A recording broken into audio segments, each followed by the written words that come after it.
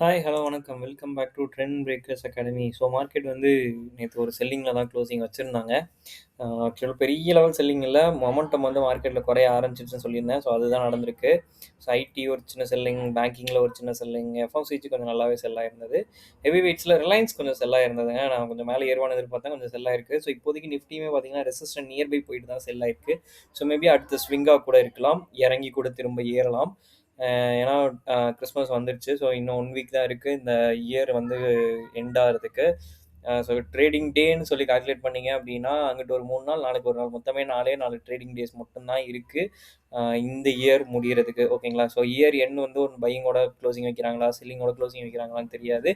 So என்ன பொறுத்தவரைக்கும் ஒரு சின்ன செல்லிங் போயிட்டு கூட வரலாம். இப்போ வந்து 26,142ல இருக்கு. நாளைக்கு வந்து ஃப்ளாட் ஓப்பனிங் ஆன் பாசிட்டிவ் சைடும் நடக்கலாம், நெகட்டிவ் சைடும் நடக்கலாம். ஏன்னா டவ் ஜோன், நாஸ்டாக் வந்து பாசிட்டிவா தான் க்ளோசிங் வச்சிருக்காங்க.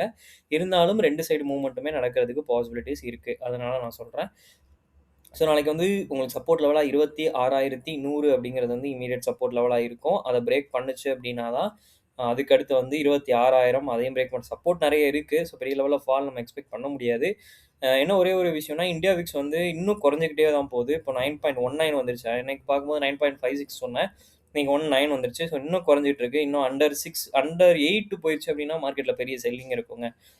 ஓகேங்களா? ஸோ அதனால பார்க்கலாம் என்ன பண்றாங்க அப்படின்னு சொல்லிட்டு. ஸோ இந்த இயர் எண்ட் வந்து ஒரு நல்ல ஆல் டைம் ஹைல ஒரு நல்ல ஒரு பையிங் பிரஷரோட க்ளோசிங் வச்சிருந்தாங்கன்னா, 2026 சூப்பரா ஸ்டார்ட் ஆகும்.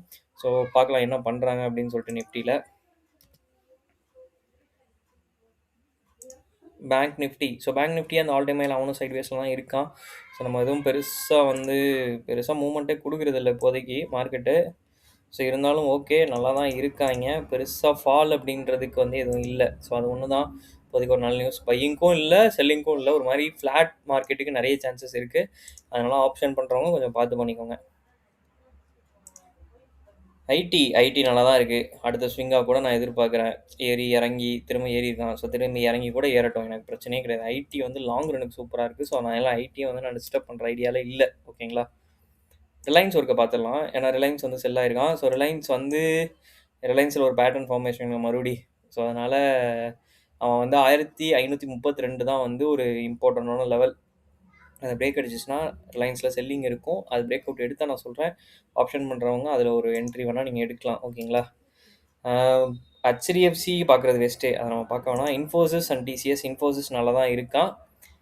லாங் ரன்னுக்கு நல்லா தான் இருக்கு. சூப்பரா வந்து பிரேக் அவுட் ஆகி மூவ்மெண்ட் குடுத்துட்டு தான் இருக்காய்ங்க.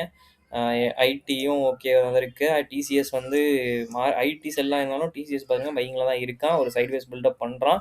அது பிரச்சனையே கிடையாது. ரீடெஸ்டிங்கா தான் நான் எதிர்பார்க்குறேன். ஸோ மேல வந்து ஏறுனா நல்லது. ஓகேங்களா? ஓகே. நெறைய பேர் வீடியோஸ் பார்க்குறீங்க. உங்களுக்காக யூஸ்ஃபுல் கனெக்ட் போடுறவங்க ட்ரெண்ட் பிரேக்கர்ஸ் அகாடமி இதுவரைக்கும் நீங்க சப்ஸ்கிரைப் பண்ணல அப்படின்னா பண்ணிக்கோங்க. தேங்க் யூ ஃபார் வாட்சிங்.